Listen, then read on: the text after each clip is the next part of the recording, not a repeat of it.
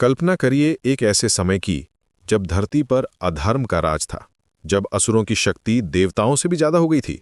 ऐसे में भगवान विष्णु ने धरती पर अवतार लेकर धर्म की स्थापना की।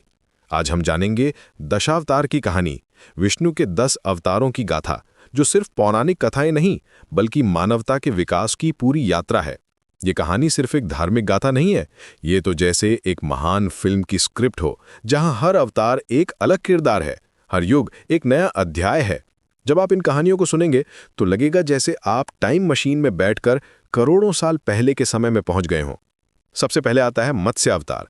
करोड़ों साल पहले जब महाप्रलय आया था तो पूरी पृथ्वी पानी में डूब गई थी। कल्पना कीजिए उस समय का, चारों तरफ सिर्फ पानी ही पानी, कोई जमीन नहीं, कोई पहाड़ नहीं, कोई पेड़ नहीं। ऐसे में जीवन कैसे बचता? उस समय भगवान विष्णु ने मछली का रूप धारण किया था। ये कोई साधारण मछली नहीं थी, ये एक विशाल, चमकदार, सुनहरे रंग की मछली थी जिसके सींग थे।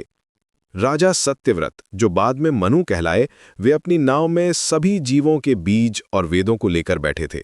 सोचिए कैसा रहा होगा उस समय।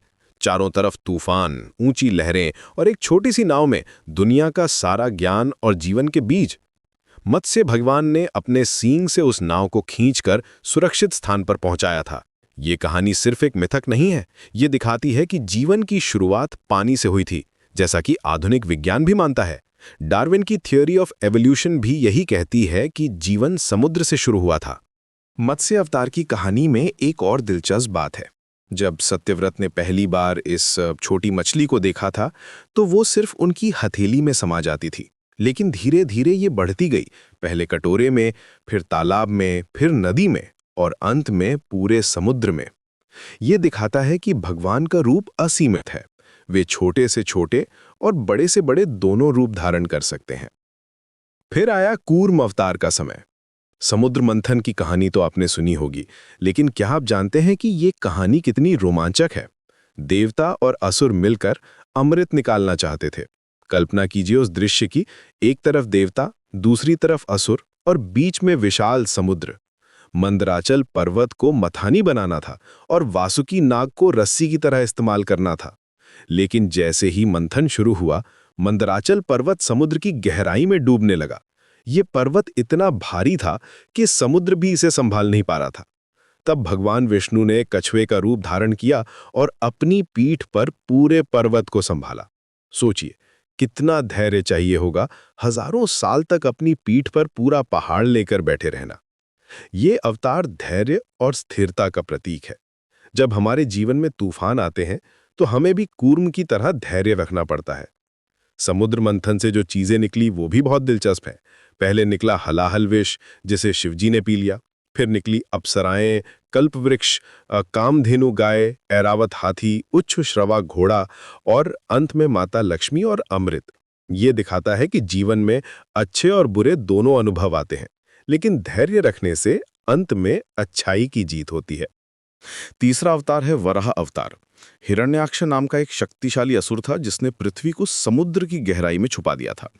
कल्पना कीजिए कि अचानक से पूरी धरती गायब हो जाए। सूरज, चांद, तारे सब हैं, लेकिन धरती कहीं नहीं मिल रही। भगवान विष्णु ने सूअर का रूप धारण किया और अपने दांतों से पृथ्वी को उठाकर वापस अपनी जगह स्थापित किया। वराह अवतार की कहानी में एक बहुत ही भावुक मोमेंट है। जब भगवान वराह ने पृथ्वी को अपने दांतों पर उठाया तो पृथ्वी माता ने कहा था कि हे प्रभु, मैं आपके स्पर्श से पवित्र हो गई हूं। और भगवान ने कहा था कि हे माते, तुम सबकी माता हो, मैं तुम्हारा रक्षक हूं। ये कॉन्वर्सेशन दिखाती है कि प्रकृति और परमात्मा के बीच कितना प्रेम है।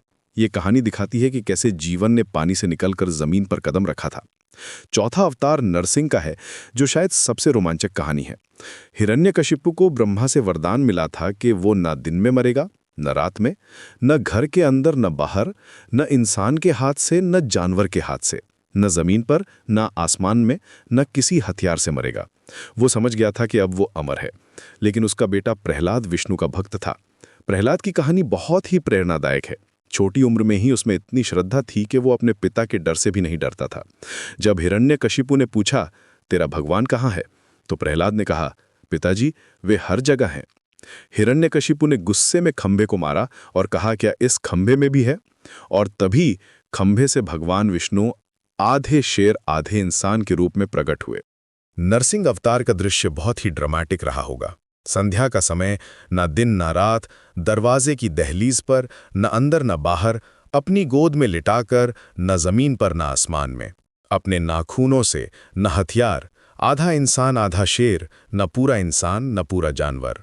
हिरण्यकशिपु का वध करके भगवान ने दिखाया कि बुराई कितनी भी चालाक हो, अच्छाई हमेशा रास्ता निकाल लेती है। नरसिंह अवतार के बाद का सीन भी बहुत इंटरेस्टिंग है। भगवान नरसिंह का गुस्सा शांत नहीं हो रहा था। सभी देवता डर गए थे। तब छोटे प्रहलाद ने भगवान के पास जाकर उनके पैर छुए। भगवान का गुस्सा तुरंत शांत हो गया। ये दिखाता है कि भक्ति की शक्ति कितनी महान है। 5वां अवतार वामन का है। राजा बलि बहुत शक्तिशाली हो गया था और उसने तीनों लोकों पर कब्जा कर लिया था। वो बहुत दानवीर था, लेकिन अहंकारी भी था। भगवान विष्णु ने एक छोटे ब्राह्मण बालक का रूप धारण किया और बलि के पास गए। वामन अवतार की खूबसूरती ये थी कि वो बिल्कुल साधारण से दिखते थे, छोटे कद के, सरल वेशभूषा में। जब वामन ने बलि से सिर्फ 3 पग जमीन मांगी तो बलि हंसा और बोला, इतनी सी जमीन, मैं तो तुम्हें पूरा राज्य दे सकता हूं।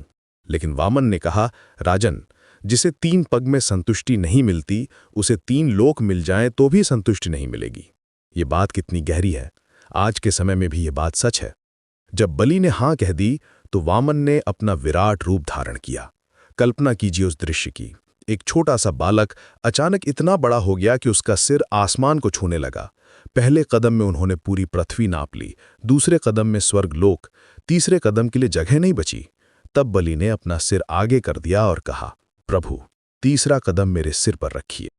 ये मोमेंट बहुत ही इमोशनल है। बलि को समझ आ गया था कि ये कोई साधारण ब्राह्मण बालक नहीं है, लेकिन उसने अपना वचन नहीं तोड़ा। भगवान ने बलि की इस भक्ति से प्रसन्न होकर उसे पाताल लोक का राजा बना दिया और अमरता का वरदान दिया। ये कहानी दिखाती है कि घमंड का अंत कैसे होता है, लेकिन सच्ची भक्ति का फल भी मिलता है। 6ठा अवतार परशुराम का है, जो पहला योद्धा अवतार था। परशुराम की कहानी बहुत ही इंटेंस है। उस समय क्षत्रिय राजा अत्याचारी हो गए थे। वे ब्राह्मणों पर अत्याचार करते थे, प्रजा को सताते थे। परशुराम के पिता जमदग्नि ऋषि थे और माता रेणुका देवी थीं। एक दिन कार्तवीर्य अर्जुन नाम के राजा ने जमदग्नि ऋषि की हत्या कर दी। जब परशुराम को यह पता चला तो उनका गुस्सा 7वें आसमान पर पहुंच गया। उन्होंने प्रण लिया कि वे पृथ्वी को क्षत्रियों से मुक्त कर देंगे। परशुराम ने 21 बार पृथ्वी को क्षत्रियों से मुक्त किया था। यह सुनने में थोड़ा हार्श लग सकता है, लेकिन उस समय यह जरूरी था। परशुराम के पास परशु यानी फरसा था, जिससे उनका नाम परशुराम पड़ा। यह कोई साधारण फरसा नहीं था, यह शिव जी का दिया हुआ दिव्य अस्त्र था। परशुराम की कहानी दिखाती है कि जब शासक भ्रष्ट हो जाते हैं तो क्रांति जरूरी हो जाती है। आज भी जब कहीं अन्याय होता है तो लोग परशुराम को याद करते हैं। परशुराम आज भी जीवित माने जाते हैं। वे चिरंजीवी हैं और कहा जाता है कि वे आज भी महेंद्रगिरी पर्वत पर तपस्या कर रहे हैं। कलयुग के अंत में वे कल्कि अवतार को युद्ध की शिक्षा देंगे। 7वां और सबसे प्रिय अवतार है राम का। त्रेता युग में रावण का अत्याचार बढ़ गया था। रावण सिर्फ एक असुर नहीं था, वो बहुत बड़ा विद्वान था, शिव का भक्त था, लेकिन अहंकार ने उसे अंधा कर दिया था। भगवान विष्णु ने अयोध्या के राजा दशरथ के घर राम के रूप में जन्म लिया। राम की कहानी सिर्फ रावण वध की नहीं है, ये आदर्श पुत्र, आदर्श पति और आदर्श राजा की कहानी है। जब राम को 14 साल का वनवास मिला तो उन्होंने बिना कोई सवाल किए पिता की आज्ञा मान ली। कैकेयी ने जो मांग की थी वो गलत थी, लेकिन राम ने अपने पिता के वचन की रक्षा के लिए सब कुछ त्याग दिया। वनवास के दौरान राम, सीता और लक्ष्मण की यात्रा बहुत ही रोमांचक है। चित्रकूट, पंचवटी, दंडकारण्य, हर जगह की अपनी कहानी है। जब रावण ने सीता का हरण किया तो राम का दुख देखने लायक था। एक राजा होकर भी वे एक साधारण पति की तरह रो रहे थे। हनुमान से मित्रता, सुग्रीव की मदद, वानर सेना का गठन, समुद्र पार करना, लंका में सीता की खोज, हर घटना एक अलग कहानी है। लंका युद्ध में राम ने दिखाया कि वे सिर्फ एक योद्धा नहीं, बल्कि एक आदर्श राजा हैं। रावण को मारने के बाद उन्होंने उसका अंतिम संस्कार भी करवाया। राम ने दिखाया कि राजा प्रजा के लिए है, प्रजा राजा के लिए नहीं। राम राज्य का मतलब था न्याय, समानता और सबका कल्याण। आज भी जब लोग आदर्श शासन की बात करते हैं तो राम राज्य का उदाहरण देते हैं। 8वां अवतार कृष्ण का है, जो द्वापर युग में आया था। कृष्ण का कैरेक्टर सबसे कॉम्प्लेक्स और इंटरेस्टिंग है। वे एक साथ कई रूप में दिखते हैं। बचपन में नटखट कन्हैया, जवानी में प्रेमी कृष्ण और बाद में राजनीतिज्ञ और दार्शनिक कृष्ण। कृष्ण का जन्म कंस के कारागार में हुआ था। उस रात का दृश्य बहुत ही मैजिकल था। बारिश हो रही थी, लेकिन शेषनाग अपने फन से छाया कर रहे थे। यमुना नदी में पानी इतना था कि वसुदेव जी को लगा कि वे पार नहीं कर पाएंगे, लेकिन जैसे ही उन्होंने कदम रखा, पानी कम हो गया। गोकुल में कृष्ण की बचपन की लीलाएं बहुत प्यारी हैं। माखन चोरी, गोपियों के साथ छेड़छाड़, कालिया नाग का दमन, गोवर्धन पर्वत उठाना, हर कहानी में कुछ न कुछ सीख है। जब इंद्र ने गुस्से में बारिश शुरू की, तो छोटे कृष्ण ने पूरे गोवर्धन पर्वत को अपनी छोटी उंगली पर उठा लिया। 7 दिन तक वो इसी तरह खड़े रहे। कृष्ण की गोपियों के साथ रासलीला सिर्फ प्रेम कहानी नहीं है, ये आत्मा और परमात्मा के मिलन का प्रतीक है। हर गोपी को लगता था कि कृष्ण सिर्फ उसके साथ नृत्य कर रहे हैं। ये दिखाता है कि भगवान हर भक्त के साथ व्यक्तिगत रिश्ता रखते हैं। लेकिन कृष्ण का असली रूप महाभारत में दिखा। अर्जुन के सारथी बनकर उन्होंने गीता का उपदेश दिया। जब अर्जुन ने युद्ध से मना कर दिया, तो कृष्ण ने उसे समझाया कि कर्म करना जरूरी है। कर्मण्य अधिकारस्ते मां फलेषु कदाचन। ये श्लोक आज भी उतना ही रेलेवेंट है। कृष्ण ने अर्जुन को अपना विराट रूप भी दिखाया था। उस समय अर्जुन ने देखा था कि पूरा ब्रह्मांड कृष्ण के अंदर है। यह दृश्य इतना इंटेंस था कि अर्जुन ने हाथ जोड़कर कहा था कि हे प्रभु, मैं ये रूप नहीं देख सकता, कृपया अपना सामान्य रूप धारण कीजिए। कृष्ण ने पूरे महाभारत युद्ध की प्लानिंग की थी। वे जानते थे कि यह युद्ध जरूरी है, क्योंकि धर्म की स्थापना के लिए अधर्मियों का नाश जरूरी था। कृष्ण ने सिखाया कि जीवन में कभी-कभी कठोर फैसले लेने पड़ते हैं। कृष्ण पूर्ण अवतार थे, योगी भी, भोगी भी, राजनीतिज्ञ भी, दार्शनिक भी। वे दिखाते थे कि जीवन को पूरी तरह से जीना चाहिए, न तो पूरी तरह से त्याग, न पूरी तरह से भोग, बल्कि संतुलन। 9वां अवतार बुद्ध का है। जब वैदिक धर्म में कर्मकांड बढ़ गए और जाति प्रथा कठोर हो गई, तब भगवान विष्णु ने बुद्ध के रूप में अवतार लिया। बुद्ध का जन्म राजकुमार सिद्धार्थ के रूप में हुआ था। उनके पिता ने उन्हें सारे सुख दिए थे, लेकिन जब सिद्धार्थ ने दुनिया का दुख देखा, तो वे सब कुछ छोड़कर सत्य की खोज में निकल गए। बुद्ध ने बोधगया में बोधि वृक्ष के नीचे ज्ञान प्राप्त किया था। उस रात उन्होंने अपने सारे पूर्व जन्मों को देखा, सभी जीवों के दुखों को समझा और 4 आर्य सत्य को जाना। बुद्ध ने अहिंसा, करुणा और मध्यम मार्ग का उपदेश दिया। बुद्ध की शिक्षा बहुत ही प्रैक्टिकल थी। उन्होंने कहा कि दुख का कारण तृष्णा है और तृष्णा का नाश करके दुख से मुक्ति पाई जा सकती है। उन्होंने दिखाया कि मोक्ष के लिए जन्म या जाति नहीं, कर्म और ज्ञान जरूरी है।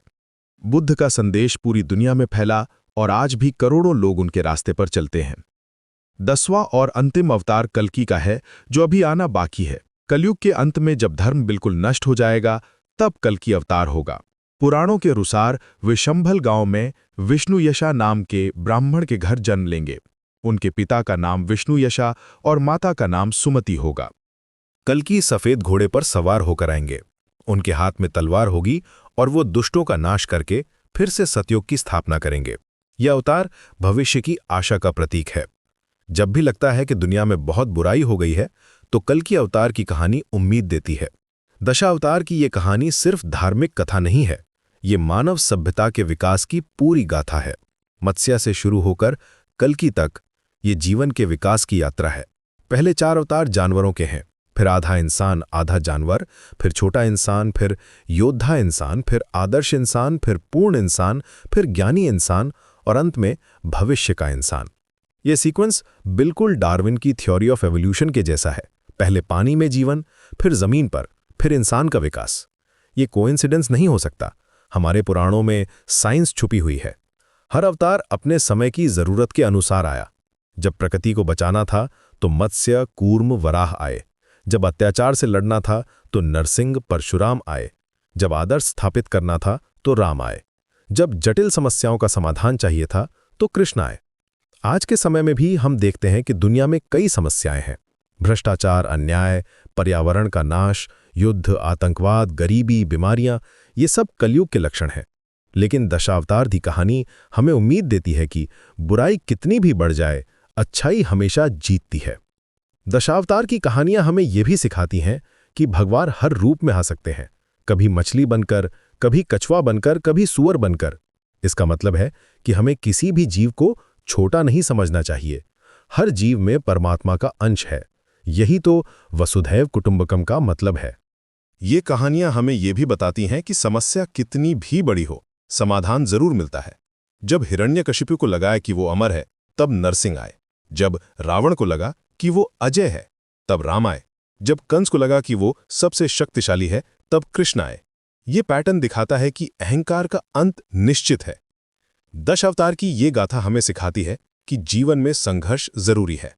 बिना संघर्ष के विकास नहीं होता। हर अवतार को लड़ना पड़ा, कष्ट उठाना पड़ा। राम को वनवास मिला, कृष्ण को कंस का डर झेलना पड़ा, बुद्ध को घर छोड़ना पड़ा। लेकिन इन सब कष्टों से वे और भी महान बने। ये हमें सिखाता है कि जीवन की चुनौतियों से घबराना नहीं चाहिए।